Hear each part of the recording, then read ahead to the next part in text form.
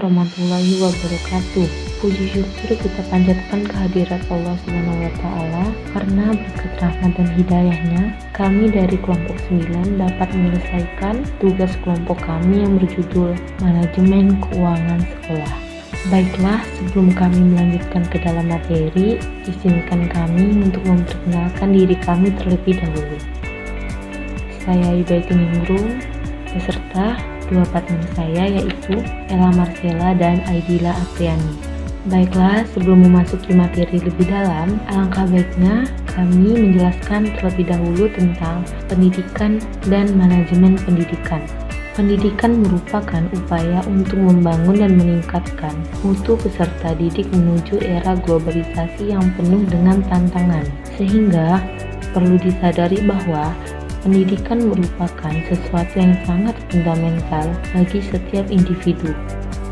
Oleh karena itu, keberadaban pendidikan tidak dapat diabaikan, terutama dalam memasuki era persaingan yang semakin ketat. Untuk tercapainya tujuan pendidikan, maka sangat penting mengelola pendidikan dengan baik, agar mencapai tujuan yang efektif dan efisien. Oleh karena itu, pendidikan pun memerlukan adanya manajemen pendidikan yang berupaya mengkoordinasikan semua elemen pendidikan untuk mencapai tujuan pendidikan.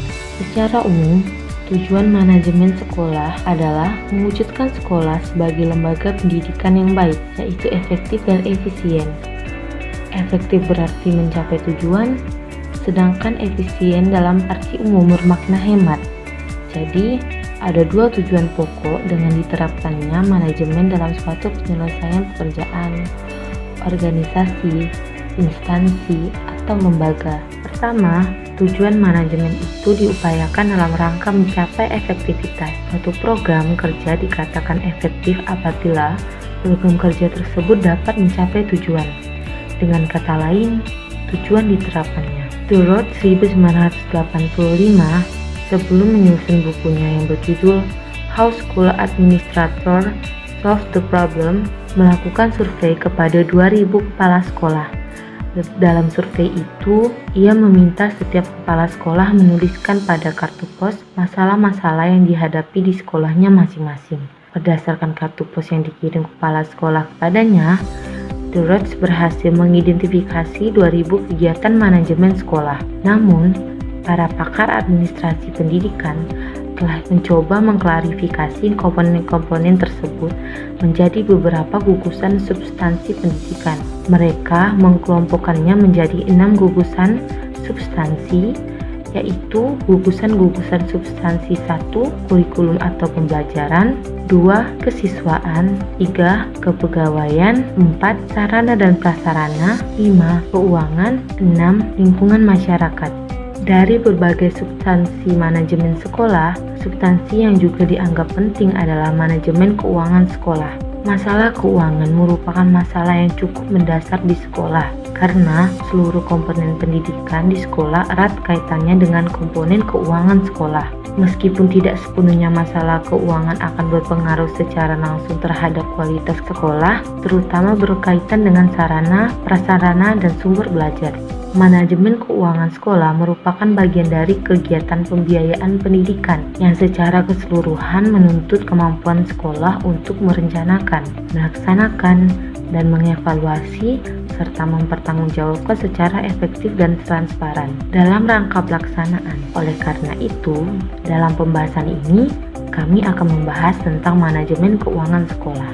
Menurut Depdiknas tahun 2000, ia mengemukakan bahwa manajemen keuangan merupakan tindakan pengurusan atau ketatausahaan keuangan yang meliputi pencatatan, perencanaan, pelaksanaan, pertanggungjawaban, dan pelaporan.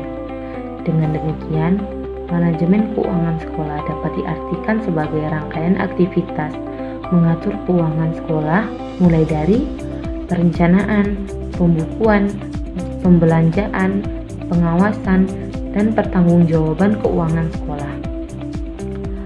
Menurut para pakar administrasi pendidikan, manajemen keuangan pendidikan dapat diartikan sebagai keseluruhan proses perolehan dan pendayagunaan uang secara tertib, efektif, efisien, dan dapat dipertanggungjawabkan dalam rangka memperlancar pencapaian tujuan pendidikan.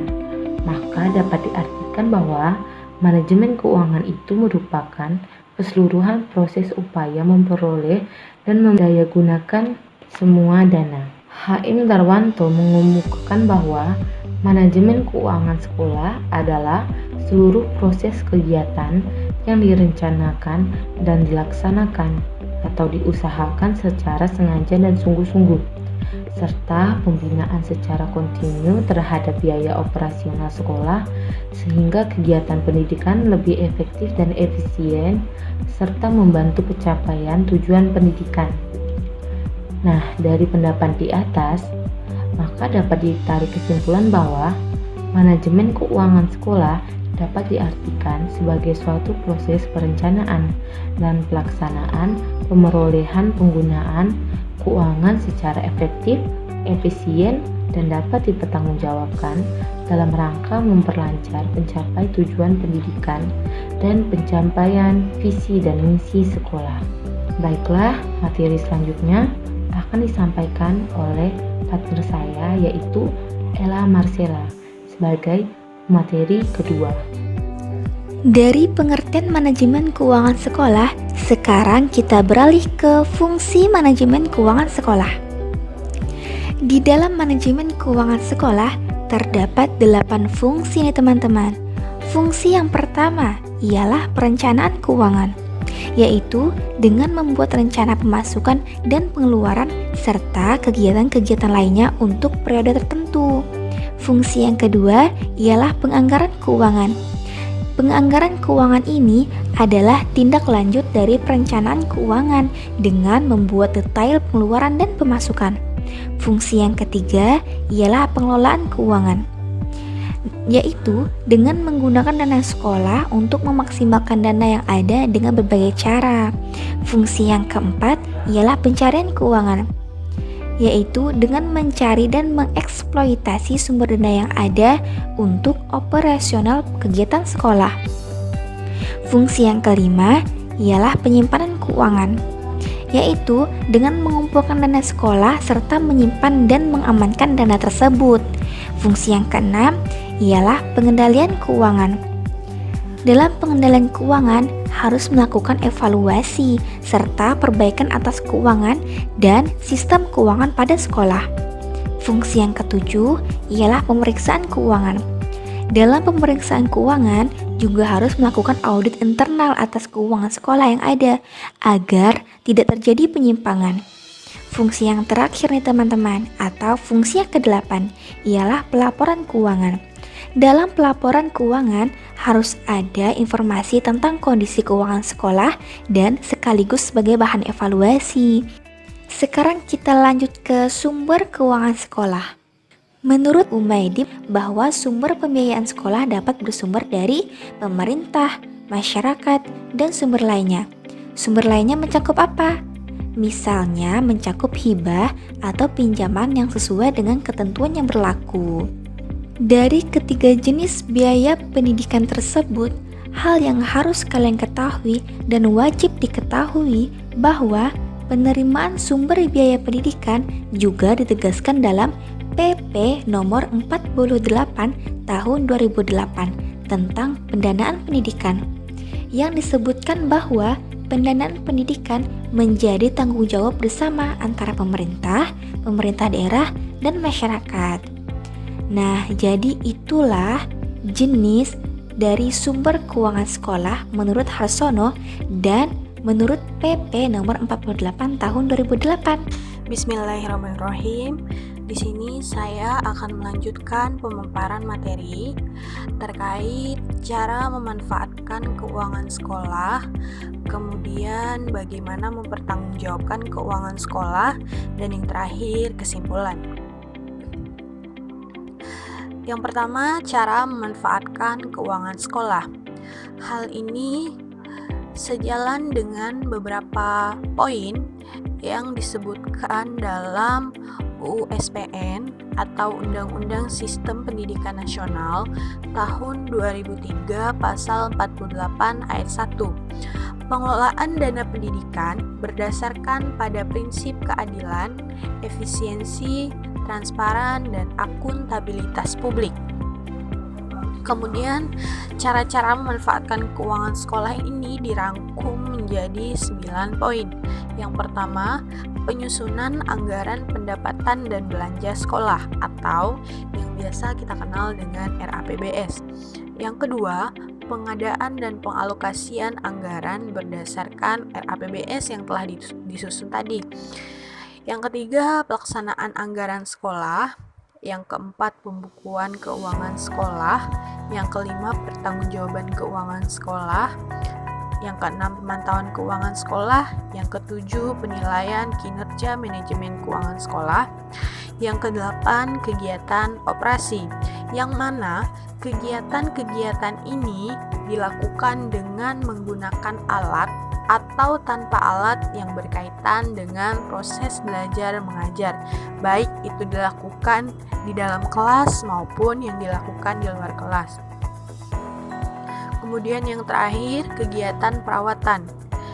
Kegiatan perawatan ini dilakukan untuk memelihara dan memperbaiki sarana dan prasarana yang ada di sekolah, agar sarana dan prasarana tersebut dapat berfungsi dalam menunjang kelancaran proses belajar mengajar.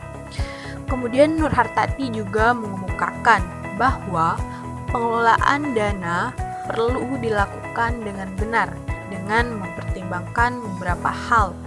Yang pertama, dana tersebut dapat digunakan secara efisien. Dalam arti, dana-dana tersebut dapat memperoleh hasil yang maksimal. Yang kedua, terjadinya keberlanjutan lembaga. Dan yang terakhir, mencegah kekeliruan, penyimpangan, dan kebocoran dana. Kemudian, bagaimana mempertanggungjawabkan keuangan sekolah? Nah, semua pengeluaran keuangan sekolah dari sumber manapun harus dipertanggungjawabkan. Hal tersebut merupakan bentuk transparansi dalam pengelolaan keuangan. Prinsip transparansi dan kejujuran dalam pertanggungjawaban tersebut harus tetap dijunjung tinggi. Nah, dalam kaitan-kaitan hal tersebut, pengelolaan keuangan yang perlu diperhatikan oleh bendaharawan di sini ada 4 poin.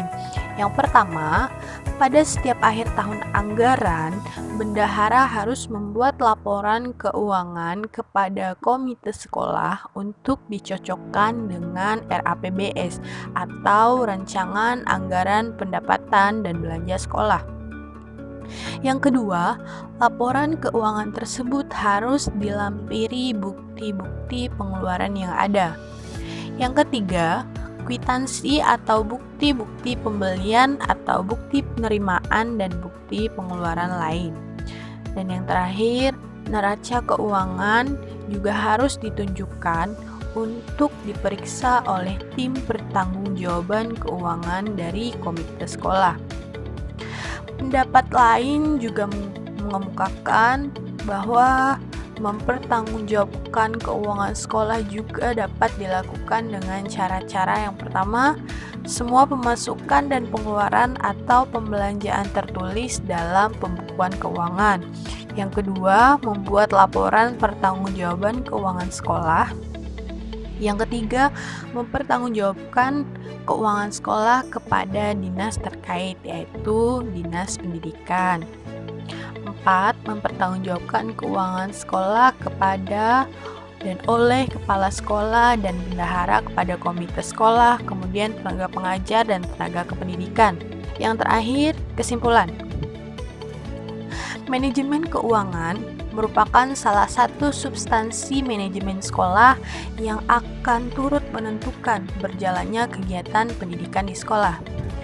Manajemen keuangan juga merupakan tindakan pengurusan atau ketatausahaan keuangan yang meliputi kegiatan berbentuk pencatatan, kemudian perencanaan, pelaksanaan, pertanggungjawaban, dan pelaporan.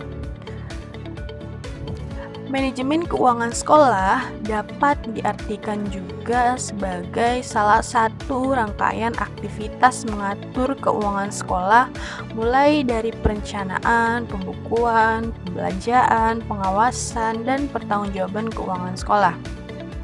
Kemudian, pengelolaan administrasi keuangan sekolah perlu diawali dengan perencanaan yang sebaik-baiknya, karena perencanaan akan menjadi peta atau pedoman bagi jalannya pengelolaan administrasi keuangan sekolah tersebut.